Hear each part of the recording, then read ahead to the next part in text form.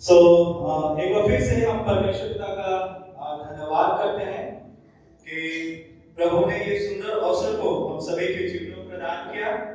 और आप सब जितने भी प्रियजन भाई बहन आप लोग यहाँ पर आए हुए हैं, हम आप सबके जीवन के लिए परमेश्वर का धन्यवाद करते हैं, क्योंकि एक पासवान के लिए सबसे बड़ी जो आशीष होती है वो उसकी भेड़ें होती है। और जब भी मैं आप लोगों को किसी रीति से देखता हूँ या दूसरे शब्दों को जब मुझे दिखता है कि हमारा चर्च भरा हुआ है, तो मेरे लिए बड़ी आदर की बात होती है। मैं गर्व करता हूँ इस बात के लिए कि परमेश्वर ने आप लोगों से प्रेम किया है, और न सिर्फ परमेश्वर ने आप लोगों से प्रेम किया बल्कि आप भी परमेश्वर से प्रेम करते हैं। क्या आप परमेश्वर से प्रेम करते हैं? कितने लोग परमेश्वर से प्रेम करते हैं? हम सब परमेश्वर से प्रेम करते हैं, और यही इस बात का गवाह है कि आज हम सब यहाँ पर प्रभु की संगति को करने के लिए आए हैं। सो आप सबका एक बार फिर से मैं आपका पास मांगने के नाते एक बार फिर से आप सबका स्वागत करता हूँ। मेरा एक प्रश्न है आप लोगों से, एक प्रश्न के साथ मैं आरंभ करना चाह रहा हूँ जो हमेशा मैं करता हूँ। क्या आप आज परमेश्वर के वचन को सुनने के लिए तैयार हैं? तैयार हैं? आमीन। आइए एक बार जोरदार लगाएं, प्रेम से बोलो प्रभु यीशु मसीह की जय। याद रखिए, जब तक हम परमेश्वर के वचन को खुद से सुनने के लिए तैयार ना हो, परमेश्वर का वचन जबरदस्ती हमसे बातचीत नहीं करता। और मैं ये आशा करता हूं कि आज एक बार फिर से परमेश्वर का वचन आप सबसे, जितने आप लोग यहाँ पर बैठे हुए हैं, आप सबसे हमारा जो परमेश्वर है वो अपने वचन के द्वारा बातचीत करने जा रहे हैं। और कौन सा हिस्सा हम लोगों ने पढ़ा है? यिर्मयाह 1:17-18। कितने लोगों ने इसको पढ़ लिया पहले से? कितने लोगों ने पढ़ रखा है मेरे कहने का मतलब? गुड। प्रभु आप सबको आशीष दे, क्योंकि हम लोग सब परमेश्वर से प्रेम करने वाले लोग हैं और वचन को सीखने वाले लोग हैं। तो मैं आशा करता हूं कि हमने पहले भी कई बार इसको पढ़ा होगा, आज फिर से हम इसको पढ़ने जा रहे हैं। पहले भी परमेश्वर के वचन ने आपसे बातचीत किया है, और आज जबकि आप चाहते हैं कि परमेश्वर का वचन आपसे बातचीत करे, निसंदेह परमेश्वर का वचन हमसे बातचीत करने जा रहे हैं। आज एक विषय को मैं आपके साथ बांटना चाहता हूं, और वो विषय है भेजना या जाना। आज का जो मेरा विषय है, भेजना, किसी के द्वारा भेजना या किसी के द्वारा बुलाहट को प्राप्त करके जाना। और आज हम लोग इस बात को देखने की कोशिश करेंगे कि ये जो भेजना है, ये जाना है, ये आज वर्तमान में मेरे लिए क्या वैल्यू करता है, मेरे लिए क्या महत्व रखता है ना? क्योंकि हम लोग इस बात को जानते हैं कि परमेश्वर सबको बुलाहट देता है। परमेश्वर ने आपको भी बुलाहट दिया है, परमेश्वर ने मुझे भी बुलाहट दी है, और हम सब जो हैं परमेश्वर की बुलाहट के अनुसार ही परमेश्वर के साथ चलना फिरना और उठना और बैठना करते हैं। और वचन का जो हिस्सा हम लोगों ने पढ़ा है, आइए हम उसमें चलेंगे और उसके पश्चात हम परमेश्वर के वचन में जाएंगे। यहाँ पर यिर्मयाह नबी की पुस्तक उसका पहला अध्याय और पद 17 और 18 को हमारी माता ने हमारे बीच में पढ़ा था। एक बार फिर से मैं इसको पढ़ रहा हूँ, आप सब। अच्छा, कितने लोग बाइबल लेके आए? जी, गुड। कोई भी जो है फोन वाले बाइबल उपयोग नहीं करेगा चर्च, है ना? हमारे पास जो बाइबल परमिशन हमको दी है, मैं चाहता हूँ कि जब हम चर्च में आए तो हम इसी बाइबल को उपयोग करें। यदि आपके आसपास कोई मोबाइल फोन पकड़ा होगा तो उसको बोले कि आप अपना मोबाइल फोन अंदर डाल दीजिए, है ना? ठीक है? मेरा रिक्वेस्ट है आप लोगों से कि जब हम चर्च आते हैं, कोशिश करें ये बाइबल हमारे पास होनी चाहिए। ठीक है? हम आपसे निवेदन कर रहे हैं, और मैं आशा करता हूं कि आप जो है सहायता करेंगे और सपोर्ट भी करेंगे। चलिए, ठीक है। यिर्मयाह नबी की पुस्तक उसका पहला अध्याय और 17वां पद, यहाँ पर परमेश्वर का वचन इस प्रकार कहता है, इसलिए तू अपनी कमर कसकर उठ, और जो कुछ कहने की मैं तुझे आज्ञा दूं वही उनसे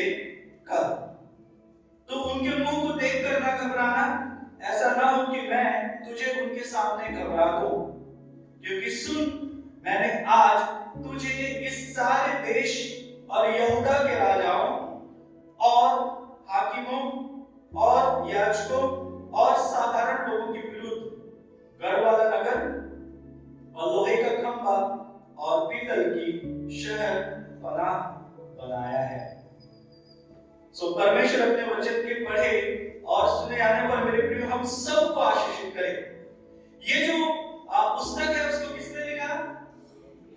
यिर्मयाह। किसने लिखा? यिर्मयाह। यिर्मयाह कौन था?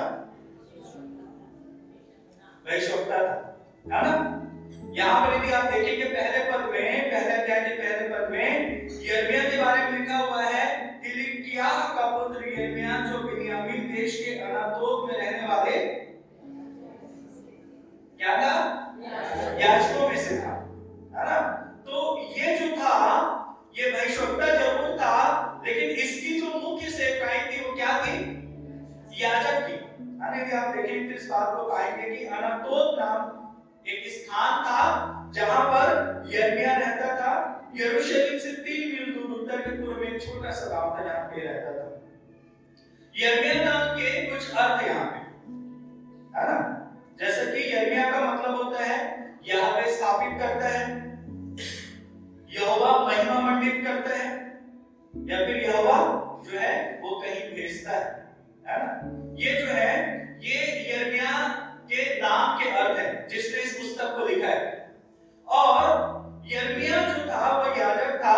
हम लोग इसको अधिकतर नबी के नाम से जानते हैं, लेकिन इसका जो मुख्य काम था वो याजकी सेवकाई थी। इसके समान जो है नतान नबी हम लोग जानते हैं, वो भी एक याजक था। पहला राज्य उसके 4 अध्याय 5 पद को देखेंगे। और यहेजकेल भी क्या था? एक याजक था, लेकिन नबी की सेवकाई परमेश्वर ने उसको दिया। और जकरिया भी, ये कुछ नाम है।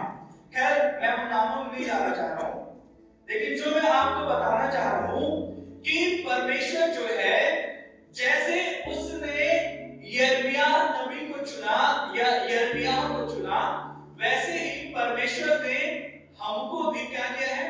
चुना है। जैसे कि मैंने आपको इस बात को बताया कि जरूरी नहीं है कि आप पासवान हो, जरूरी नहीं है कि आप प्रचारक हो, जरूरी नहीं है कि आप डिकन और डिकनेसेस हो, लेकिन ये बात अश्योर परमेश्वर का वचन कहता है कि आप और मैं जो है वो क्या है?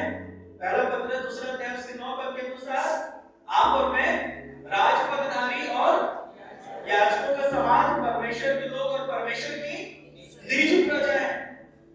और इसीलिए आप चाहे माने या ना माने, है ना?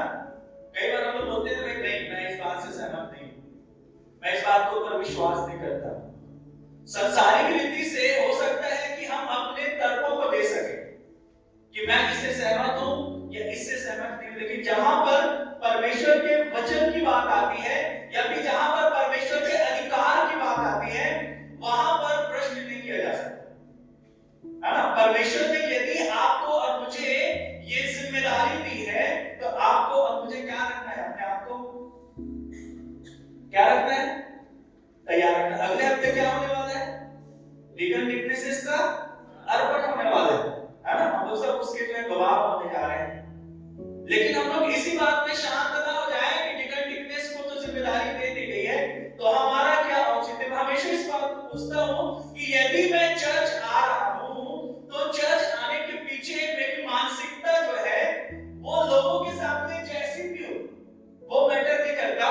परमेश्वर के सामने क्या मेरी मानसिकता स्पष्ट है ना? तो यदि आप आज यहां पर आए हैं तो आप किस रीति से परमेश्वर के सामने आए हैं, है ना? हम सब जो है अपने अपने कार्यों को व्यवस्थित करके यहाँ पर आए हैं। यदि मैं आपसे पूछूं कि आज आप यहाँ पर क्यों आए हैं, या प्रभु आपसे आज फिर से एक बार पूछे कि बेटा ये बेटी तू यहाँ पर क्यों आई है, ये क्यों आया है, तो आपके पास क्या उत्तर है उसको देने के लिए? याद रखिए परमेश्वर के चरणों में यदि आप आए हैं तो प्रभु बिना प्रश्न किए कभी नहीं रहता, और यदि प्रभु प्रश्न करता है तो हमारे पास सही उत्तर देने के लिए उसको होना चाहिए। आप यहाँ पर क्यों हैं आज?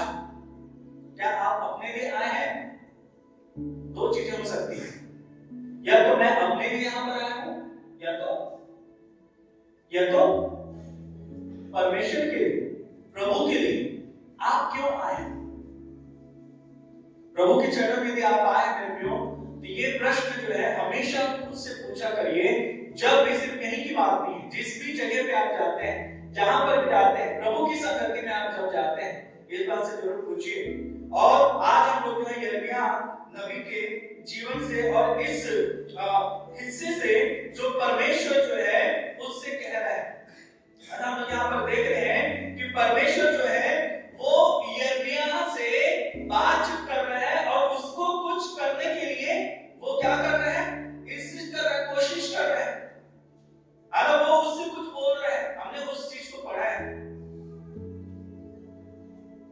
जब आप चर्च में आते हैं, क्या परमेश्वर मुझसे बातचीत करता है? ये बड़ा महत्वपूर्ण है। और आज भी सिर्फ पिछले रविवार की बात नहीं है। ये मत सोचिएगा कि पिछले रविवार के दिन परमेश्वर ने मुझसे बातचीत कर लिया तो आज बातचीत करने की जरूरत नहीं है। आज भी, इस वक्त भी, जबकि ये वचन जो पढ़ा गया है आज आपसे बातचीत करने जा रहा है। क्या आप सुनने के लिए तैयार हैं? जैसा मैंने आपसे पूछा था। और यहाँ पर भी जब यिर्मयाह नबी से भी परमेश्वर जब बातचीत कर रहा है, उसके पीछे कारण था। बिना बेवजह, बिना रीजन के, बिना कारण के परमेश्वर बात नहीं करता है। परमेश्वर जो है वो हर बात को परिपूर्णता के साथ करता है, बिना कारण, बेवजह। कई बार हम लोग जो है ना वो बेवजह कई चीजों को कर बैठते हैं और जब परिणाम आता है कई बार जो है उसका नुकसान भी होता है। लेकिन परमेश्वर जो है बेवजह बात नहीं करता। जानते हैं परमेश्वर यिर्मयाह से क्यों बातचीत कर रहा था? आइए हम लोग देखने की कोशिश करेंगे। इसी का दूसरा अध्याय निकालिए। यहाँ पे यिर्मयाह नबी की पुस्तक, उसका दूसरा अध्याय और उसका 13वां पद में पढ़ रहा, ध्यान दीजिएगा। यिर्मयाह 2:13, जिसकी वजह से परमेश्वर यिर्मयाह से बातचीत कर रहा था। लिखा हुआ है, क्योंकि मेरी प्रजा ने 2 बुराइयां की हैं। ध्यान दीजिएगा, 2 बुराइयां यहाँ पर। पहली बुराई लिखा हुआ है, उन्होंने मुझ बहते जल के सोते को क्या कर दिया है? त्याग दिया है।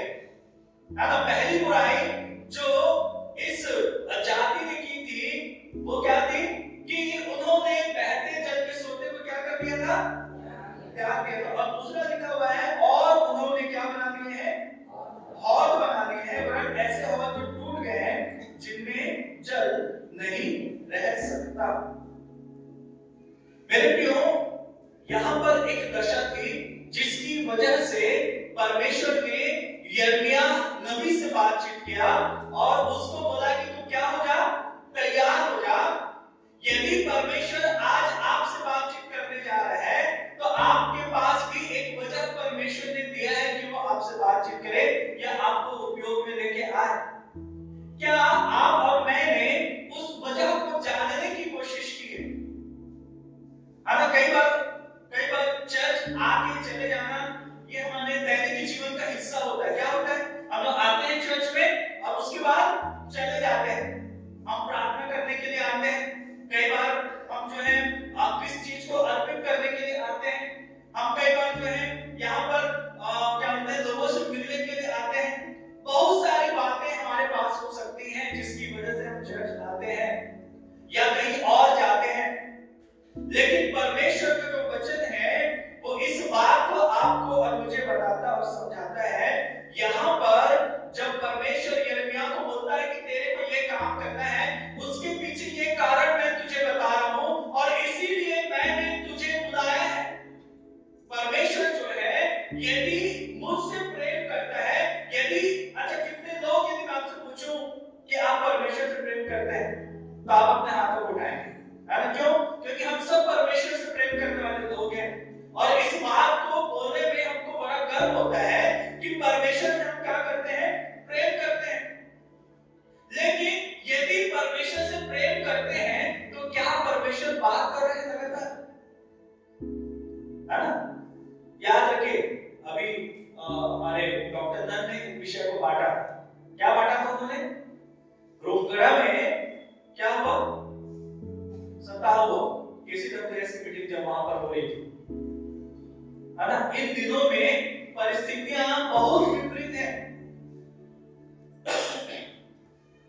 यदि परिस्थितियां विपरीत हैं तो मुझे कितना फर्क पड़ता है इन परिस्थितियों से जो विपरीत हुई, है ना। क्या परमेश्वर मुझसे बात कर रहा है मेरे प्रियो? क्या हम सच में जीवित है? यहाँ पे लिखा हुआ है उन्होंने बहते जल के सोते को क्या कर दिया था? त्याग दिया था और अपने लिए हौद बना लिया था। जानते हैं बहते जल के सोते में और हौद में क्या अंतर होता है? बहता हुआ जल क्या होता है? साफ होता है ना। और प्रभु यीशु मसीह ने पुराने नियम में भी, परमेश्वर ने नए नियम में भी हमेशा इस बात को, बहते हुए जल के सोते की महत्ता को परमेश्वर समझाया है। यदि हम भजन संहिता उसके पहले अध्याय को पढ़ते हैं तो क्या है उसमें? वो किसके किनारे लगाया गया है? बहती नालियों के किनारे लगाया गया है। ये जो जल है ये परमेश्वर को दिखाता है। ये जो जल है वो पवित्र आत्मा को दिखाता है। ये जल है जो शुद्धता को दिखाता है। यहाँ पर इन लोगों ने क्या कर दिया? तो उसको त्याग दिया। यदि आप देखेंगे तो इस बात को आप पाएंगे कि इस समय में जो बाबुल था वो पूरे विश्व के ऊपर शासन कर रहा था। इसके पहले भी आप देखेंगे तो अश्शूरी जो सभ्यता थी और मिस्र की जो सभ्यता थी वो क्या थी? पूरे संसार के ऊपर राज्य करती थी। यदि बाइबल में भी आप देखेंगे तो बड़ी-बड़ी सभ्यताएं जो हैं उन्होंने पूरे विश्व के ऊपर राज्य किया। और ये जो समय था यहाँ पर बाबुल जब उभरा, बाबुल की जाति जब उभरी तो उन्होंने अश्शूरियों के ऊपर जय प्राप्त किया, मिस्रियों के ऊपर जय प्राप्त किया और उनसे उनका सारा अधिकार छीन के विश्व के ऊपर क्या कर दिया? उन्होंने अधिकार कर लिया था। और इन्हीं दरमियान 70 वर्ष तक जो ये इस्राएली लोग थे वो बाबुल में क्या थे? गुलाम बन के अपने जीवन को व्यतीत कर रहे थे। और इसी समय यदि आप इनके जीवन को देखेंगे तो इस गुलामी की दशा में, इस अवस्था में ये जो लोग हैं वो परमेश्वर के पीछे चलना छोड़ के, परमेश्वर को पुकारना छोड़ के उन्होंने परमेश्वर को त्यागना ज्यादा महत्व दिया, ज्यादा अच्छा समझा। और लिखा हुआ है कि इन्होंने क्या किया? बहते जल के सोते को त्याग दिया। और जानते हैं किस बात में ये लोग लिप्त थे? परमेश्वर को त्यागने के पीछे इनके पास एक स्पष्ट कारण था, वो थी मूर्ति और पूजा। और परमेश्वर जो है वो इस दशा में, जबकि उसके लोगों ने क्या कर दिया? त्याग दिया। जानते हैं परमेश्वर ने यिर्मयाह को बुलाहट क्यों दी थी?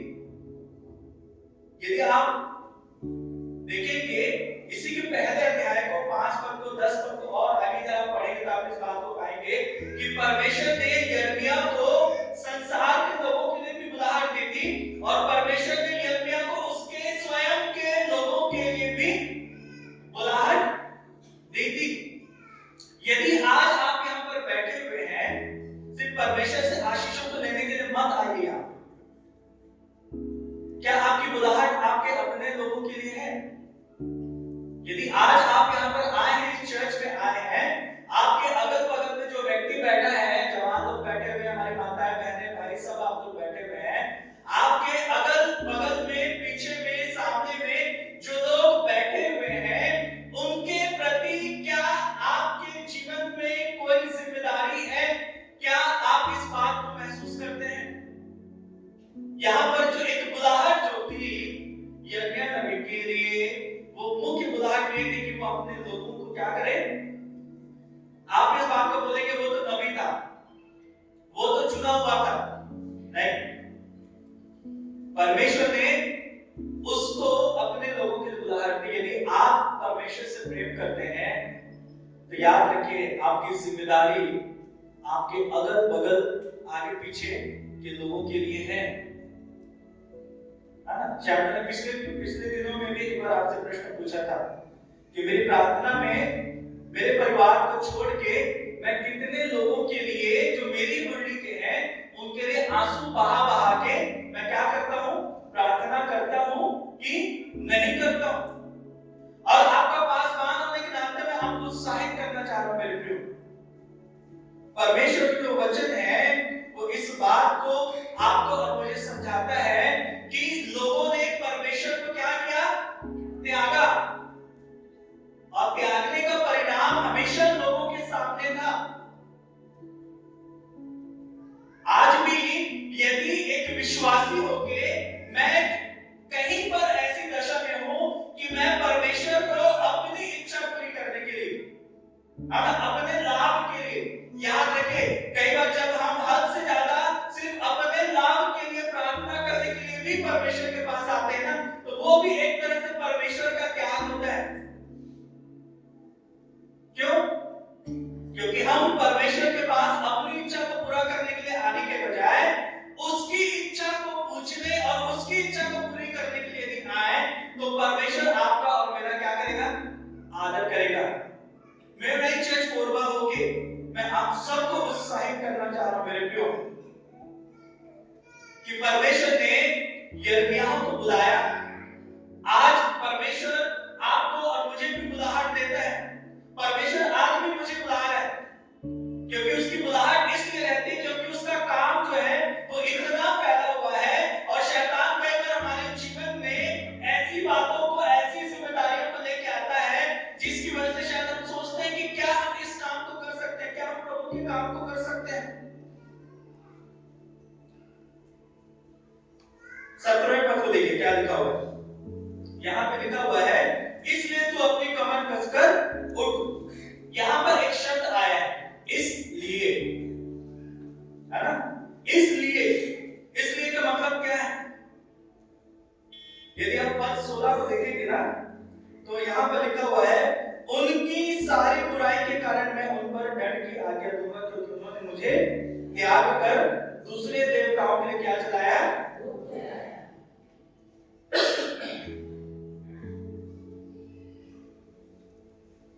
दूसरे देवताओं के लिए उन्होंने धूप जलाया। यिर्मयाह को परमेश्वर बोल रहा है इसलिए तू अपनी कमर कस ले। यदि मैं आपको बोलूं कि क्या कभी मैंने ऑब्जर्व करने की कोशिश की है कि मेरे आसपास कितने लोग जो है साइलेंटली ऑब्जर्व क्या हमने किया है कि कुछ लोग ऐसे हो सकते हैं जो धूप जला रहे हैं दूसरों के लिए, दूसरे ईश्वरों के लिए। मेरा कहने का मतलब ये नहीं मेरे प्रियो कि हम जाएं और लोगों को जज करें और क्या करें, उनको लुक डाउन करें। ये व्यक्तिगत रीति से ऑब्जर्व करना, सबसे पहले तो अपने जीवन का आकलन करना कि कहीं मैं तो धूप नहीं जला रहा हूं। याद रखिए यदि मेरे जीवन में समस्या है तो मैं दूसरों को जाके जज नहीं कर सकता। परमेश्वर का वचन यहाँ पर जो यिर्मयाह को कहता है इसलिए तो क्या कर तैयार हो जा। किस लिए? क्योंकि लोगों ने क्या किया? लोगों ने मुझे त्याग दिया है। मेरे प्रिय मेरी जिम्मेदारी क्या है? एक चर्च होने के नाते, एक विश्वासी होने के नाते इस बात को ऑब्जर्व करना और इस बात को ऑब्जर्व करके दुआ में रखना, प्रार्थना में रखना कि कहीं कोई एक विश्वासी भाई बहन जो विश्वास में आता है अभी जो है विश्वास में ना आके वो परमेश्वर से दूर चला जा रहा है। कई बार पंचायत जो है वो क्या करती है? चिंता करती है कि लोग नहीं आ रहे। कई बार पंचायत क्या करती है? चिंता करती है कि परिवार के लोग नहीं आ रहे हैं, है ना? और जब यहाँ से पंचायत या पासवान इस चीज को कहता है कि लोग नहीं आ रहे हैं, कई बार हम सिंपैथी महसूस करते हैं कि नहीं सच में जो पंचायत के जो सदस्य हैं या पासवान हैं वो लोग सही बोल रहे हैं कि लोग नहीं आ रहे हैं, लेकिन हम सिर्फ जो है सिंपैथी दिखाते रह जाते हैं, जानते वो जिम्मेदारी सिर्फ पंचायत की नहीं है। हमें से कितने लोग घर में इस बात के लिए दुआ करते हैं कि प्रभु वो परिवार नहीं आ रहा है, कृपया करके तू क्या करना उसको चर्च में लेके आना। कई बार हम अपने लिए चर्च आते हैं, कई बार अपनी आवश्यकताओं के लिए चर्च आते हैं, ये हमारी जरूरत आप बोलेंगे पास्टर जी प्रभु ने तो हमको मांगने का अधिकार दिया है तो हम क्यों ना मांगे? निश्चित तौर पर हम मांग सकते हैं, लेकिन यहां पर परमेश्वर जो है वो यिर्मयाह को बुला रहा बोल रहा है कि तू क्या कर, इसलिए क्योंकि लोग जो थे, यदि आप इसकी दशा को देखेंगे तो यहाँ पर लोग जो थे वो विरोध में थे, इसके अपने लोग इसके विरोध में थे क्योंकि ये प्रभु को जानने वाला था। लेकिन आसपास के जो लोग थे उन्होंने बहती जल के सोते को क्या कर दिया था, त्याग दिया था। आपको और मुझे इस बात को जानना और समझना जरूरी। प्रभु क्या बोलता है यहाँ पर, इसलिए तू क्या कर, अपनी कमर को कस कर, कस ले। कमर को कसना जो है वो बड़ा महत्वपूर्ण है। कमर जो है, यदि आप यशायाह नबी की पुस्तक उसके 11वें अध्याय में निकालें और 5वें पद को पढ़िए, क्या लिखा हुआ है? यशायाह उसका 11वां अध्याय और पद 5।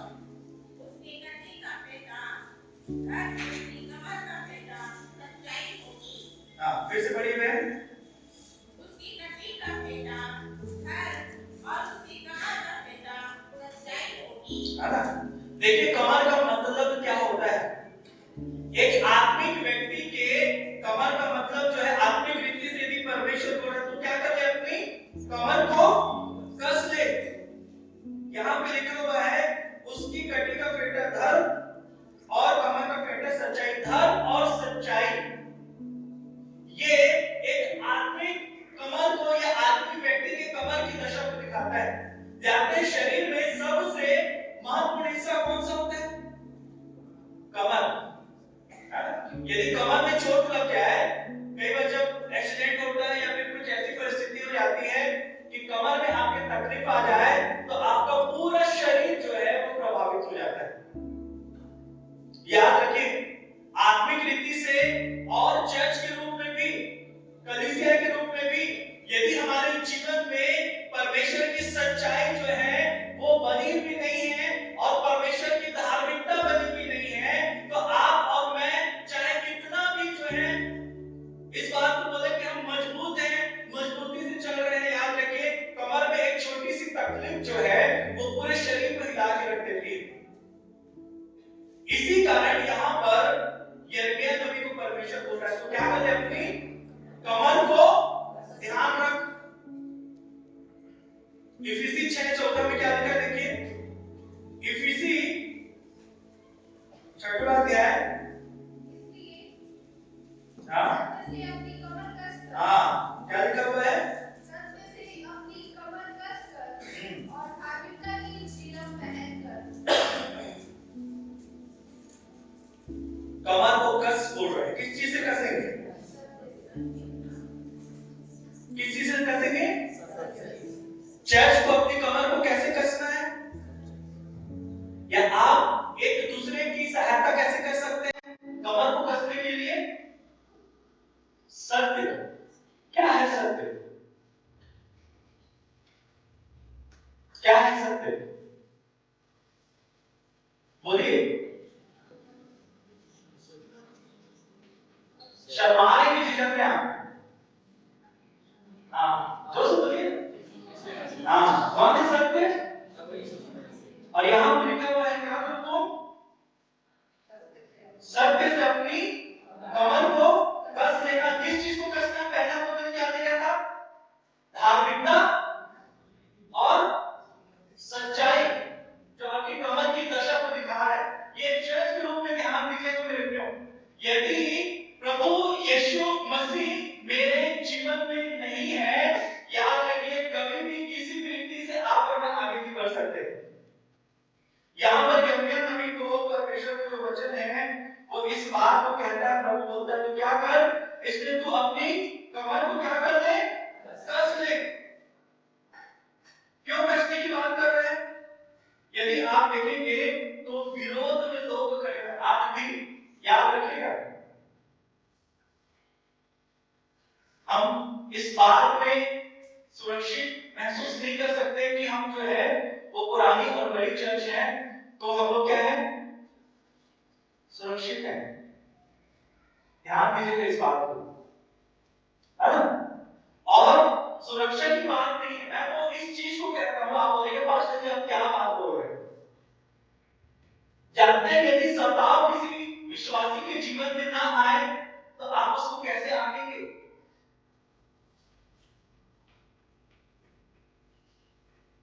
बताइए, मैं बहुत बड़ी बात बोल रहा हूं।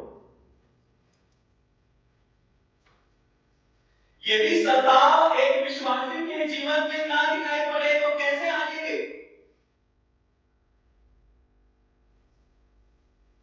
आप बोले पास्टर जी सब अच्छा चल रहा है, कोई समस्या नहीं है, कोई परेशानी नहीं है, हाँ सही है ना?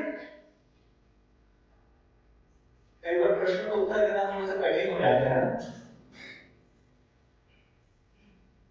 लेकिन याद रखिए, यदि एक सत्य से कसी हुई कमर यदि हमारी है, तो याद रखिए अगर प्रभु यीशु मसीह ने कहा था, उन्होंने मुझे नहीं छोड़ा तो तुम्हें भी। हमारा जीवन क्या उन परिस्थितियों में है आज, है ना? हम भले विरोध की बात कर रहे हैं और कई बार ये हमारे लिए प्रार्थना का बहुत बड़ा विषय भी होता है। आप दूसरों की क्या बात कर रहे हैं? अभी आप देखेंगे तो हम जो है कलीसिया से भी बहुत समस्याओं का सामना कर रहे हैं। आपको मालूम हो, लोग जो है वो जमीनों के पीछे पड़े हुए हैं। कौन चढ़ आया है विरोध में? दुष्ट जो है वो चढ़ आया है। क्या हमारी तैयारी है उसका सामना करने के लिए? यहाँ पर जो कमर में कसने जाने की बात परमेश्वर का वचन बोल रहा है मेरे प्रियो, यदि आज यहाँ पर एक जो सताव की दशा आ जाए तो आप और मैं किस रीति से प्रति उत्तर देंगे? क्या हम तैयार हैं? आज नहीं तो कल ये चीज होने वाली है। परमेश्वर का वचन इस बात को कहता है मेरे प्रियो। आज हम धन्यवाद देंगे, आज हम बड़े आनंद और खुशी के साथ यहाँ पर बैठे हुए हैं, लेकिन इसकी कोई गारंटी नहीं कि अगले दिन में ऐसा नहीं होगा, क्योंकि ये प्रभु की इच्छा है कि विश्वासी पर सताए जाए, जो भक्ति के साथ जीवन बिताना चाहते हैं वे सताए जाएंगे, परमेश्वर वचन बोलता है। तो कोरबा में चर्च कोरबा होके आप और मैं क्या ऐसी परिस्थितियों के लिए तैयार हैं? यदि आप देखेंगे तो यिर्मयाह नबी के सामने इसका जीना मरना नींद सब कुछ खत्म हो चुकी थी, क्योंकि इसके सामने परिस्थितियां क्या थी? विपरीत थी। और इसी कारण परमेश्वर जो है वो इसको बोलता है तो क्या करना? अपनी कमर को कस लेना। यदि आप नाम की पुस्तक उसके दूसरे अध्याय पहले पद को पढ़ेंगे तो वहां पर भी लिखा हुआ है, सत्यानाश करने वाला तेरे विरुद्ध चढ़ आया है, इसलिए तू अपनी कमर को कस लेना। जब आप देखेंगे कि कुछ बड़ा काम जब आता है तो कई बार हम क्या करते हैं? अपने बैंड को कस लेते हैं, और कुछ खाना रहता है, कुछ करना रहता है तो पहले क्या करते हैं? अपने कमर को कस लेते हैं। मेरे प्रियो, मैं चर्च कोरबा होके आप और मैं इस बात के लिए लगातार प्रार्थना करते रहे कि प्रभु जो है वो हमको क्यों बार-बार कमर कसने के लिए बोल रहा है ना? यदि आप दूसरा शमूएल 22 उसके 40वें पद को पढ़ेंगे तो वहां पर परमेश्वर वचन बोलता है कि तूने युद्ध के लिए मेरी कमर क्या कर दी है? बलवंत कर दी है। कमर से संबंधित बहुत सारे पद जो है वो वचन बताता है।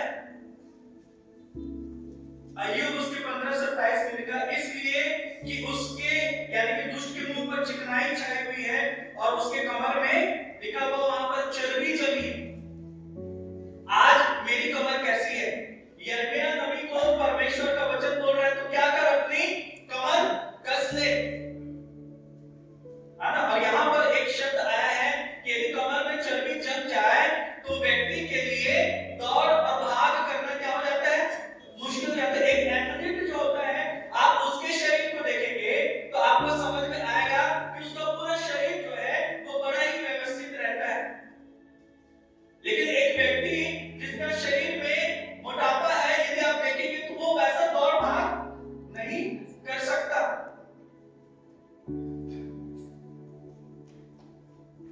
परमेश्वर का वचन बोल रहा है, अपनी कमर कस कर क्या हो जा? उठ जा। मेरे प्रियो, आइए आप लोग तैयार रहें आने वाले दिनों के लिए। और न सिर्फ याद रखिए, फिर से मैं बोल रहा हूं, यिर्मयाह नबी को ये जो बात परमेश्वर बोल रहा था वो दूर की तो बाहर की बात थी,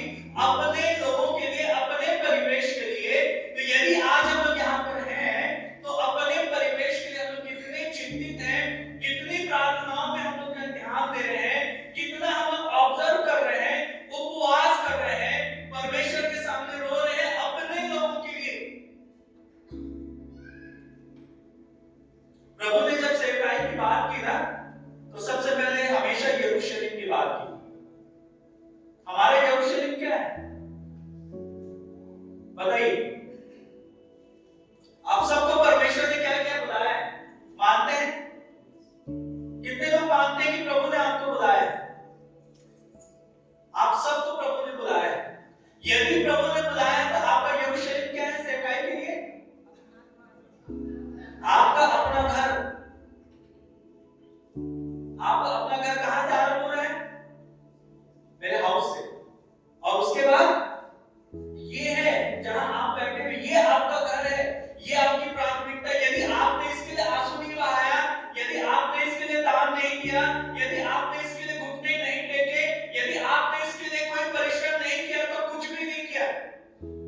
क्योंकि आप अपने घर के लोगों को भूखा रख के दूसरों को भोजन नहीं दे सकते। याद रखिए, जिम्मेदारियों की जब बात आ रही है यहां पर, मैं जल्दी से खत्म करूंगा, बहुत सारी बातें हैं लेकिन उसमें नहीं आ रहा। मैं आपको साइड करना चाह रहा हूं। यिर्मयाह नबी को परमेश्वर ने बुलाया और कहा कि इसलिए तू अपनी कमर क्या कर लेना? कस लेना। हमारी कमर कसी हुई है कि नहीं? एक चर्च के रूप में ये सिर्फ और सिर्फ निगम टिकनेस पासबान की जिम्मेदारी नहीं है। जितने आप लोग आज यहाँ पर बैठे हुए प्रभु से प्रेम करते हैं, हम सब की जिम्मेदारी है कि हम इस बात का ध्यान रखें कि हमारी कमर कसी है कि नहीं कसी। किसी एक की गलती की वजह से भी कमर का कसा हुआ होना वो रुक सकता है, मालूम आपको। और मुझे इस बात के लिए प्रार्थना करने की जरूरत है कि कहीं प्रभु वो पादरी निशान तो नहीं है जिसकी वजह से कमर कस नहीं पा रही है, जिसकी तरफ से कोई एफर्ट नहीं जा पा रहा है। ये एक ऐसा एफर्ट है जिसको आपको दिखाने की जरूरत नहीं है कि आप मुझे आके बताएं कि पादरी साहब मैंने ये कर दिया, आप पंचायत को आके बोले कि पंचायत मैंने ये कर दिया। नहीं, पर्सनली व्यक्तिगत रीति से प्रभु आपकी ओर देख रहे हैं और बोल रहे हैं कि कमर कस ले। और उसके बाद लिखा हुआ है, मैं आखिरी लाइन पढ़ के खत्म करूंगा। यहां लिखा हुआ है, और जो कुछ कहने की मैं आज्ञा दूं वही कहना। प्रभु बहुत कुछ आज्ञा देता है कहने के लिए, क्या हम सुनने के लिए तैयार हैं? प्रभु क्या बोल रहा है? जो कुछ मैं कहने की आज्ञा दूं वही। क्या हम सुन पाए कि प्रभु क्या कहना चाहते हैं? याद रखिए, कुछ बातें सिर्फ प्रभु की ओर से आती, आप उसमें मिलावट नहीं कर सकते, है ना। प्रकाशित वाक्य दूसरा अध्याय में आप पढ़ेंगे तो वहां पर लिखा हुआ है कि जिसके कान वह सुन ले कि आत्मा कलीसियाओं से क्या कहता है। मत निकालिए उसको, समय नहीं हमारे पास। परमेश्वर बोल रहा है कि जो कुछ कहने की मैं तुझे आगे दूं। आप इस समय व्यक्तिगत रीति से इस बात को विचार करिए कि प्रभु कुछ कहना चाह रहा है जिसको शायद अभी तक आप और मैं सुन नहीं पाए हैं। भजन उसके 85 अध्याय के 8 पद को पढ़ेंगे तो वहां पर दाऊद इस बात को बोलता है। निकाल के पढ़ेंगे क्या कोई? भजन संहिता 85 अध्याय उसको पढ़ा। मैं जल्दी से खत्म करूंगा, 2 मिनट।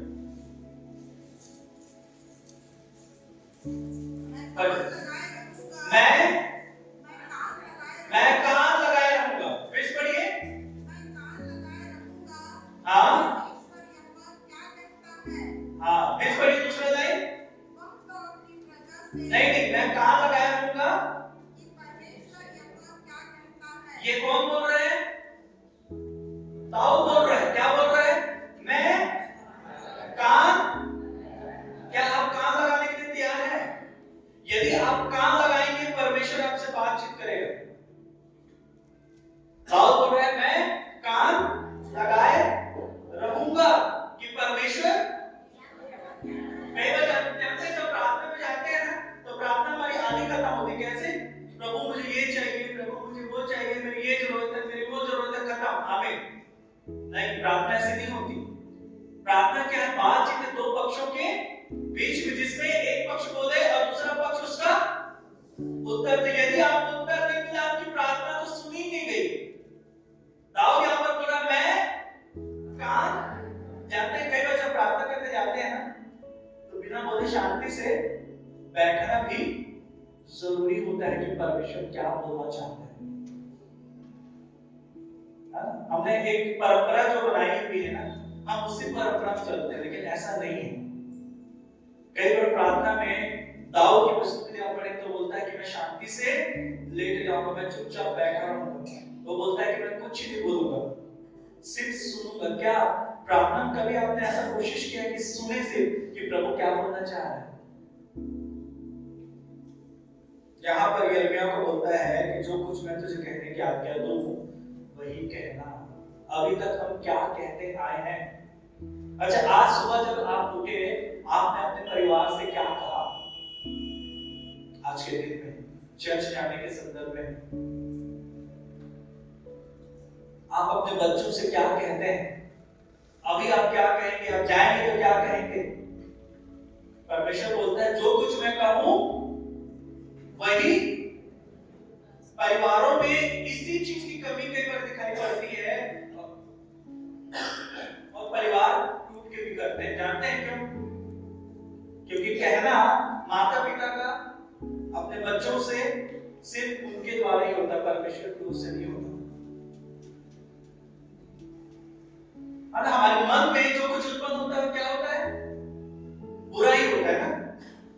परमेश्वर का वचन इस बात को बताता है, पहले यूहन्ना 3:20 को पढ़ेंगे, वहां पर लिखा क्योंकि परमेश्वर हमारे मन से बड़ा है और सब कुछ जानता है, इसी कारण उसने यिर्मयाह से बात को कहा कि जो कुछ मैं तुझसे कहूं वही उनसे कहना। मैं यहीं पे खत्म कर रहा हूं क्योंकि समय जो है अनुमति नहीं दे रहा है। मैं आपको उत्साहित करना चाह रहा हूं। यिर्मयाह को यदि परमेश्वर ने बुलाया तो वो इतना पक्षपाती नहीं है कि आपको ना बुलाए। आप यदि यहाँ पर आए हैं तो सिर्फ सुन के चले जाने के लिए नहीं आए। परमेश्वर आपसे बात करना चाहता है, जैसे उसने यिर्मयाह नबी से बातचीत किया और यिर्मयाह से कहा कि जो कुछ मैं कहूंगा उसी को कहना। दाऊद बोलता है कि मैं अपने सुनने के लिए क्या लगाता हूँ? काम लगाता हूँ। वो उसको बोलता है कि अपनी कमर को क्या कर लेना? कस लेना, क्योंकि आने वाले दिन क्या है? बुरे हैं। हमारे लिए भी एक चुनौती है आने वाले समय में। हमको तैयार होना है। प्रभु हमारी सहायता करे, प्रभु हमारी मदद करे, प्रभु हमारी अगुवाई करे मेरे प्रियो, कि हम जो है यिर्मयाह नबी के समान अपने आप को परमेश्वर के लिए देना सीखें। और जैसे परमेश्वर ने यिर्मयाह की अगुवाई की कि वो सही रीति से चले फिरे उठे अपनी जिम्मेदारियों को पूरा करे, ठीक वैसे ही परमेश्वर जो है वो आपकी भी सहायता करना चाहता है। इसी कारण आप यहाँ पर आए। ये मत सोचिएगा कि आप अपने लिए आए, नहीं, परमेश्वर ने आपको बुलाया है, वो आपसे प्रेम करता है, इसी कारण आप यहाँ पर आए। उसकी आवाज को देखा ना करें। आज जब आप घर जाएं, जो कुछ भी आज हमने सीखा है उसके लिए जरूर एक छोटी सी प्रार्थना करें, क्योंकि परमेश्वर आपको भेजना चाहता है। नहीं मालूम कहाँ, लेकिन उसने जो समय और जो जगह आपके लिए ठहराया है उसमें जरूर वो आपकी अगुवाई करेगा। प्रभु इन वचनों के द्वारा हम सबको बहुत आयत के आशीष प्रदान करेंगे। आमीन। जोर से बोलेंगे आमीन। आमीन। आइए हम लोग सब अपनी आंखों को बंद करें, हम प्रार्थना में जाएं। प्यारे खुदावंद, एक बार फिर से बड़ी नम्रता और दीनता के साथ हम आपके चरणों में निकट आते हैं। आपको हम धन्यवाद देते हैं क्योंकि आप हमारे परमेश्वर हैं। धन्यवाद देते हैं यिर्मयाह के जीवन के लिए कि प्यारे प्रभु जी, आपने कठिन परिस्थितियों के बीच में उसको बुलाया, आपने उससे बातचीत की, और हम धन्यवाद देते हैं कि आपने मिडनाइट चर्च कोरबा को भी बुलाया। प्यारे ईश्वर प्रभु, आज हम थोड़े समय में थोड़ी बातों को सीख पाए। हम आपसे विनती करते हैं प्रभु जी, हम आपसे प्रार्थना करते हैं, आप अनुग्रह करें, दया करें, कृपा करें प्यारे प्रभु। आपने प्यारे प्रभु जो जिम्मेदारियां हमारे लिए रखी हैं और जो चुनौतियां इन दिनों में हमारे सामने आने वाली है प्यारे परमेश्वर पिता, हम उन सारी बातों को आपके चरणों में अर्पित करते हैं। मिडनाइट चर्च कोरबा को के हमें कि हम सब प्रभु जी आत्मिक रीति से और स्पष्ट हो पाए प्रभु जी, और बलवंत हो पाए और परिपक्व हो पाए प्यारे परमेश्वर पिता, और प्रभु जी आपकी सेवा को चर्च के रूप में हम लगातार करने वाले हो सके प्यारे पिता। धन्यवाद देते हैं कि आपने हमारी विनती को सुना। यहाँ पर उपस्थित हर एक जन को मैं आपके हाथों में सौंपता हूँ प्यारे पिता। दया करें, यीशु नासरी के नाम से मदद करें, यीशु नासरी के नाम से हमारे विश्वास का, हमारे अविश्वास को पार करें और हमारे विश्वास को उन्नत करें प्रभु, ताकि जब हम यहाँ से जाएं प्रभु जी, आपका अभिषेक, आपकी सामर्थ हमारे साथ साथ बने रहे और हम प्रभु जी एक दूसरे के लिए आशीष का कारण ठहरे। सो प्रभु जी, आज की इस पूरी आराधना को आपके हाथों में सौंपते हुए हम बड़े धन्यवाद के साथ मिलके ये विनती अपने उद्धार करता है, मुक्तिदाता प्रभु यीशु मसीह के जीवित और सामर्थ्य नाम से मांग लेते हैं, सुन ग्रहण करते हैं। आमीन।